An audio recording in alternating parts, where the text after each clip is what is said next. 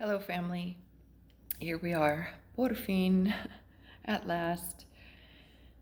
The first video I posted to my channel was Vision Quest, and it was to introduce the topic of rites of passage and what they bring to us as far as strength and clarity and wisdom and connection with the nature and with the ancestors.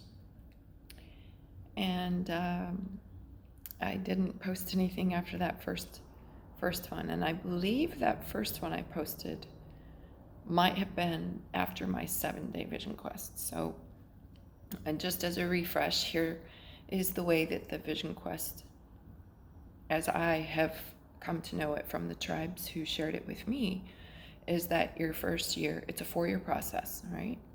And that your first year you go for 4 days and 4 nights by yourself, no food, no water, nothing. But the people back in the village are praying for you and singing for you and this kind of thing, right? So this is your support. You're literally living off prana. So if you want to see what it's like to be a breatharian. Although I think breatharians, don't they drink water? I'm not sure. But it's basically a dry fast, and it pushes you to the limits, not the ultimate limit, but like just far enough where it can kind of have this, you have this sort of near-death experience without, the car accident or the shark attack or whatever. So anyhow, it's a rite of passage, and we're meant to undertake these rites of passage as we move out of our childhood years. And, that could be, let's say, as young as 9, 10, something like this. Younger, I've seen younger, but, but yeah, the child basically goes into the jungle or into the woods, somewhere secluded away from the tribe, with nothing, no form of distractions whatsoever. Perhaps may have a blanket to keep warm at night, or if it's in the jungle, you can have something to keep the mosquitoes away. I don't know, it depends. But you're not bringing a cell phone and you're not bringing anything, right? It's like, so it's the first year. This is the way it was taught to me. I just want to make that clear because every tribe can and does do it their own way. So the way I learned it was your first year, you go for 4 days and 4 nights. And then your second year is 7 days and 7 nights. But on the 5th day, you receive, I think it's just maybe a couple pieces of fruit. And again, this doesn't always have to be the case. I'm only telling you about my experience with the particular tribes I've worked with. So you would get like a couple pieces of fruit. And I believe it was somewhere around 2 liters of, in Ecuador, they provided us with the San Pedro medicine, the St. Peter who holds the keys to the pearly gate. And we would receive a rather diluted form of that medicine, because once you've gone 4 days and 4 nights with nothing to eat and nothing to drink, whatever you put in your system is going to become the predominant energy within your system. If all the other things, like the hamburgers and french fries and pizzas and maybe salads or whatever, that whatever we're putting into our bodies is storing up a frequency. And when we go on these dry fasts, we purge ourselves of these frequencies, these outside frequencies with which we have communed. Now that could be way of food or drink, obviously. That could also be way of cell phones, laptops, appliances, electricity lines, any form of toxic frequencies, or frequencies that provide dissonance in our field, right? And create the situation where we don't have clarity, right? So, wow, I mean, this is just one thing I can say about my experience with Vision Quest. So just bear that in mind, that it's never a good idea to have any kind of expectations. Each individual path is their own unique path.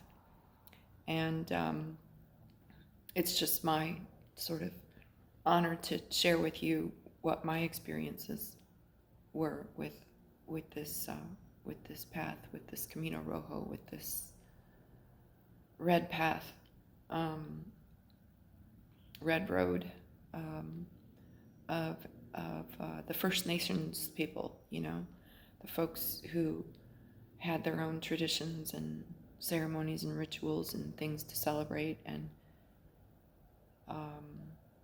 outside of Caesar's calendar of fake time, obviously.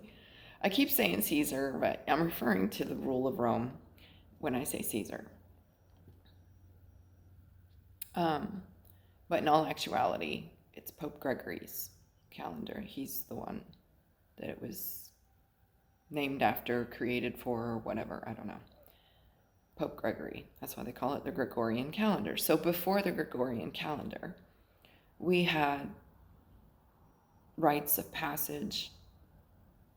Among many other things, we had these rites of passages, and we would go through these in the traditions that I have practiced. Our children, because we're all children of Mother Earth, but in the tribe, within the tribe setting, they would go on their first 4 days and 4 nights. The children, más o menos, somewhere around the age of, well, on average, I'm going to say between 8 and perhaps 10. But that the idea was that as the child makes that transition of that very vulnerable time of that second cycle of 7 before they hit the age of 14, as they're transitioning from child into what we would consider teenagers or adolescents, to provide them an ability for them to tap back into their own magic and their own clarity and their own wisdom of their heart, so that by the time they emerged on the other side of that 4-year process, they would be ready to step into adulthood. They would be strong, independent, very well guided, well mannered, extremely, like holistically intelligent people, which is what we want for our kids, right? We don't want to be helicopter parents. So then you get a little medicine, like I said, on the 7th day, but you're basically looking at, and you're not really missing the food, like I'm not gonna lie, I did, after when I was on my 9-day vision quest, I had visions of like chocolate cake and stuff like that, but it's the water that you miss. It's the water that you miss the most. So you're basically getting about 2 liters of water over the course of 7 days and 7 nights. So it's just enough to kind of keep you from, to barely sustain you, but it's certainly not enough to quench your thirst. But it does get easier with each passing year, because unlike your first year, your 4 days, where you have like literally no idea what to expect, and then your 7 days comes along and it makes that last couple of days like super extra magical, because first you have given the sacrifice of the 4 days with nothing. So then the second year you come back with 7 days, and after this sacrifice, then you receive the blessings of the medicine and the sacred water in your body. And then, of course, the 9-day, which is the 3rd year, is, same as the 4 and the 7. But then on your, I think would be the 8th day, if you're staying up there for 9 days. Yeah, they brought me, I want to say another liter of water, or perhaps it might have been as much as 2 liters of water, and a couple more pieces of fruit. And then on the 13th day, same as before, but then on the, I think it would be the 10th day, is it? Yeah, the 10th day. Then they bring you a proper plate of food. Proper in the sense that the First Nations people would consider a proper meal. So you've got a piece of meat, and it's not like chicken or fish. It's red meat. So this is something you have to brace yourself for if you're a vegetarian. But I can promise you one thing, it's not as hard when you're up there on that day on your vision quest to be able to consume the meat. You don't, if you're a vegetarian, it's definitely doable. Let me just say that. So a piece of meat and a piece of corn, because here in the traditions, the corn represents the people. So it's a life force, and literally the corn is the people. Like, I've had some experiences in the garden with corn, and yeah, it's it's a very special plant. And what else do we get? I think a couple more pieces of fruit, yeah, and a little bit more water. And then that carried us through until they came for us on the 14th day. They'd come up the mountain and harvest. So that was my experience, right? So I finished. This is a very belated video, I think, like all the other videos that I've been postponing. Let me think. This is 2023, right? And I think it was 2021. I believe it was 2021 that I finished my 13 days at an amazing place called Demoanchan, which means it's the Toltec language, and it means paradise. And it's a very sacred place, and it was difficult for me to get this. It required so much commitment, and dedication and will and discipline, to finish once I got started, because a lot of folks will start with their 4 days and then they'll be like, oh, that was, and they'll come up with, that's like the dentist, you always come up with an excuse like why you've missed your appointment. And well, life does get in the way, but they'll go a year or two and then they'll come back and do their 7-day, and it's like more brutal than if they would have just stuck to it.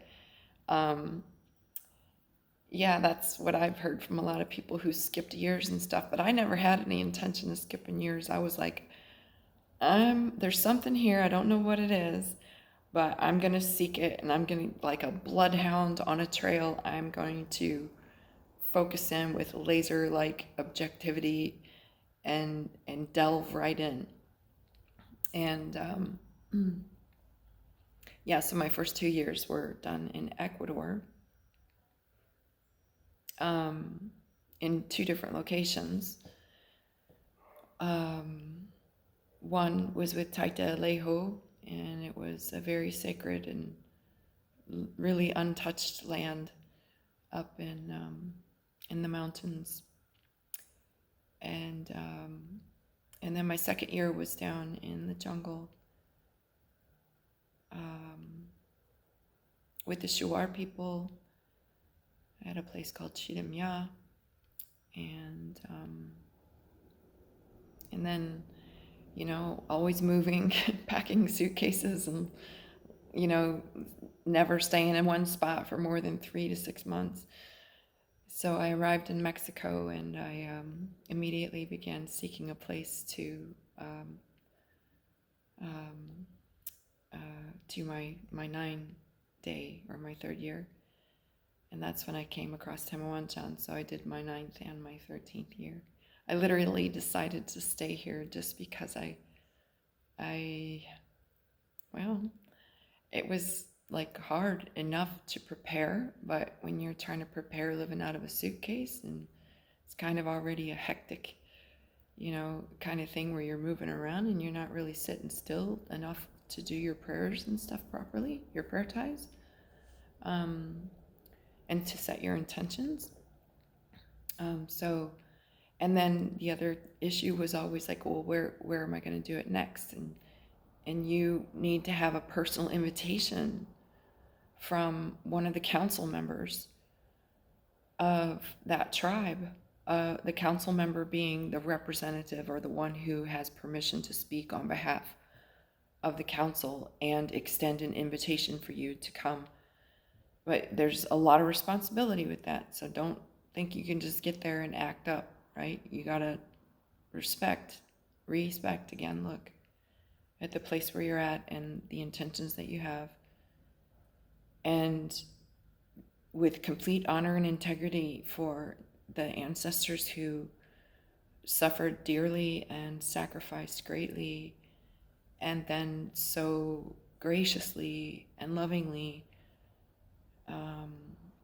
in accordance with the 500-year prophecy, began to speak openly again about these sacred rites of passage, these sacred altars, and the sacred plant medicines. So we treat this as with the honor that it deserves, right? So please do not automatically accept this presentation that I'm making as an invitation to attend any one of those places to do your vision quest. I am only considered a council member of one of those 3. And I can make a recommendation and I can give you what my experience and feedback is, but you need to contact them directly, usually with a meeting in person, bringing a gift, of course, because first we always give and then we receive. Don't forget that. And present ourselves with our intentions and ask for their permission and blessing to support you and to host you for the Vision Quest. And dive right in, find as much about the culture as you possibly can. When I say culture, usually I'm referring to society's culture, but I use that term loosely. I don't mean that in a negative connotation like I usually do when I say the word culture, but tradition, way of life, okay? And it's a beautiful experience in that it returns us out of this sort of 500-year cycle, as the ancestors said it, which is actually longer than that, but just for snapshot purposes, like blink of an eye time frame, 500 years ago, was that, we hold the secrets and we maintain the traditions and we do not share. Like if you even tried to poke your nose in this as a white person, especially, if you're not part of that tribe and you tried to poke your nose around in there and start asking about this stuff, like, just a couple hundred years ago, they'd have scalped you. Or down in the Shuar, they would have turned your head into one of those little, shrunken head things that they're famous for. But now they're graciously opening up these paths for us. And so with eternal gratitude, graciousness, integrity, honor, present yourself if you do feel motivated to check this out for yourself, But just wherever you do, make sure you present yourself in that regard and set your intentions, because intention is everything. and you get out of the experience that which you put into it. So it's never too late, or rather never too early, to start preparing your intentions. And then when you receive the blessing of, let's just say, any one of the 3 tribes that I have spent my vision quest with, if you receive the blessing, please send me the name of the chief and or the firekeeper of those organizations or those tribes, and tell me, hey, this is, I've got their blessing.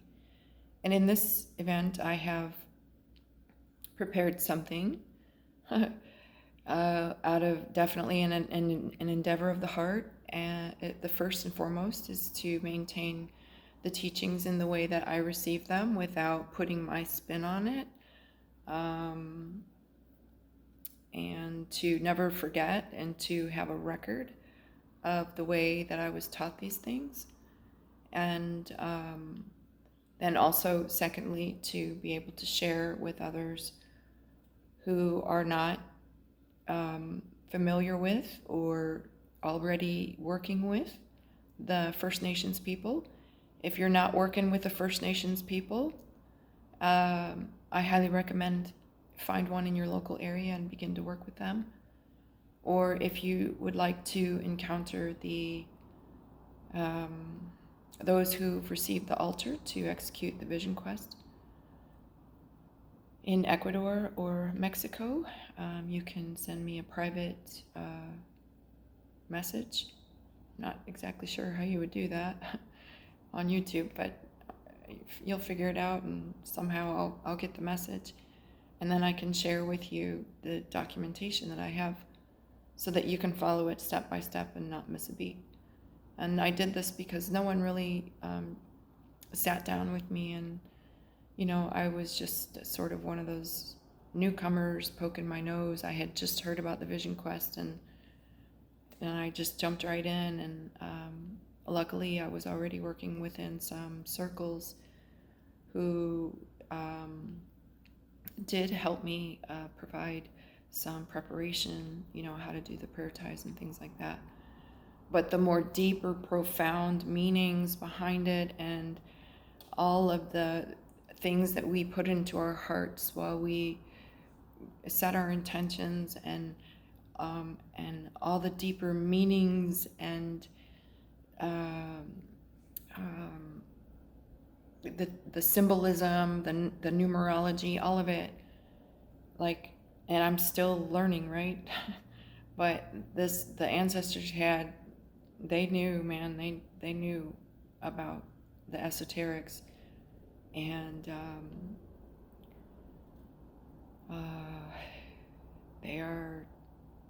we are a culmination of our ancestors. That's the beauty of it. When we reach out to them and invite them,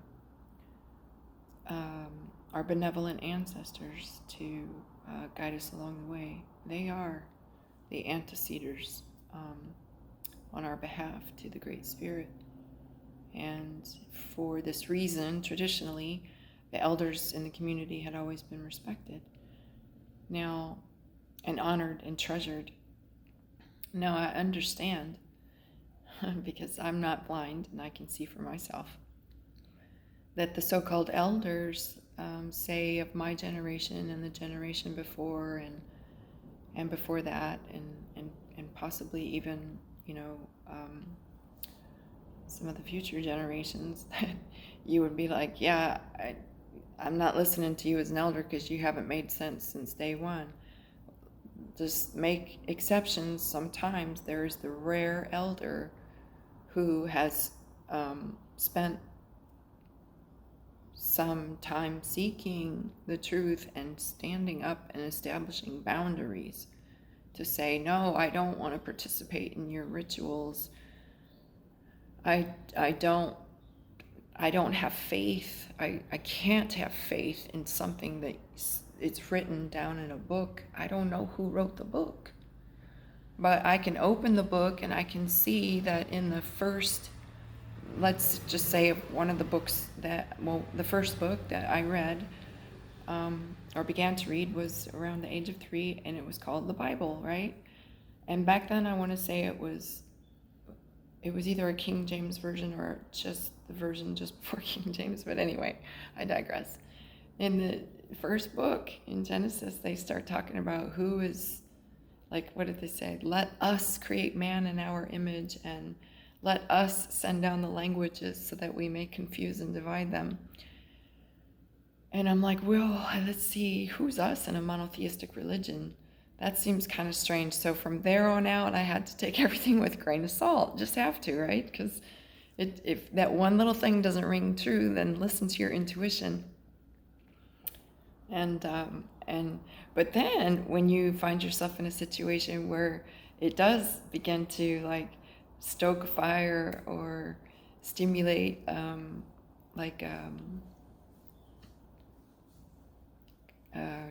ancestral kind of, how do you say, like something that goes beyond the genes, something that's like epigenetic, to restore that memory. And then when we play the game of life and we have a memory of all the mistakes that we made, then we become the self-masters of the concept of the, whatever you want to call this reality, right? We become more adept at navigating through the multitude of obstacles and deceptions that we intentionally set in our own path, because it's you have to give that sacrifice first before you receive, and and a lot of people be like, oh God, that's such a long time, but 4 years, and that you want me to without food and water, but I know that may sound harsh, but if you put that in perspective, like let's say just rewind to the pre-dynastic Egypt, days, our rites of passage were very, very much more, well, nowadays we would call it suicidal, but very much a sacrifice, very much laying down on the line your life, saying, I want to seek the knowledge so bad, I am willing to lay down my life for it. Notice I said sacrifice myself. I can't sacrifice another. The Jesus story is a lie. But, today's 25 December. And they say Merry Christmas, so don't forget. And if you break down the languages, it's 3 different languages there, but let us confuse them with the languages, right? It's be happy to sacrifice your Christ consciousness. So the ancestors were aware that the Christ consciousness resided within, and yet at the same time, they realized that they were connected to the nature and connected to the God in this way. And if we believe that we are connected to the God, and we believe that we are connected to the nature, and we have good relations with the nature, which is ourselves, right? And an extension of ourselves, the tree and me, it's the same life force, right? Oh, the bird, the bee, everything. If you haven't seen that, check out my, I don't even remember if it's in a playlist, but the name of the video is something like What the Sparrow Taught Me. So if you want to check that out, that'll explain it more. But suffice to say that these are life-changing rites of passage that have been handed down through the generations. And if you think it's too much to ask, then you need to complain about that to your pre-dynastic Egyptian ancestors who sought the rites of passage by swimming across a moat of hungry crocodiles at night when crocodiles hunt very more than they do during the day. They're more nocturnal hunters. So if you think 4 days and 4 nights is a big deal, yeah, it's not. And that's just like one example of a rite of passage that we would do as seekers of the esoteric, as seekers of the wisdom of the cosmos, or the hidden, the occult. Notice I said occult, the hidden. But yeah, so anyhow, that's my experience and the way that I learned about the Vision Quest and the tribes with whom I learned and who shared this with me, these very sacred rites of passage. And if any of that resonates with you and you want to jump in and give it a go, then like I said, I think it's always a good idea to have very established good relations with your First Nations communities, and seek their blessing to participate. But if they don't sit you down and give you detail by detail by detail, send me a message and I will share with you some things of the way that I learned it in the tribes that I spent time with. And of course, I recommend that you share it with whoever of the council invited you to attend, because if it's your first year and you're just getting into this, then they should really take the responsibility to do this. They should sit you down and tell you, like have an elder council member tell you, the huge significance of this, and so that you can have a greater understanding and a greater respect, a greater appreciation. Because it's a great honor. Sure is. So I hope that helps explain the Vision Quest just from my perspective, right? And kind of wraps up this how do you say, presentation, playlist, subject list, whatever.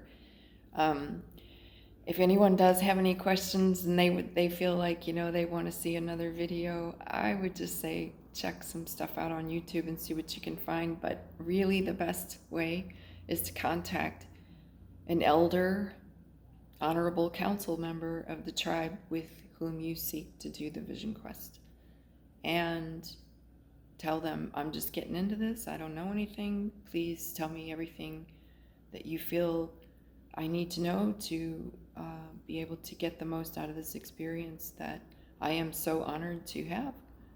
And if you feel like there's some info missing, then with their permission and their blessing, I will share what I have learned thus far and have documented for posterity's sake and for clarity's sake, lest I take a sacred altar and modify it. I don't personally feel comfortable doing that, especially as one who presents in this lifetime in the Gringa skin suit. So, anyhow, that's it, family. I just wanted to share that with you. So, all my best till we speak again. Ciao for now.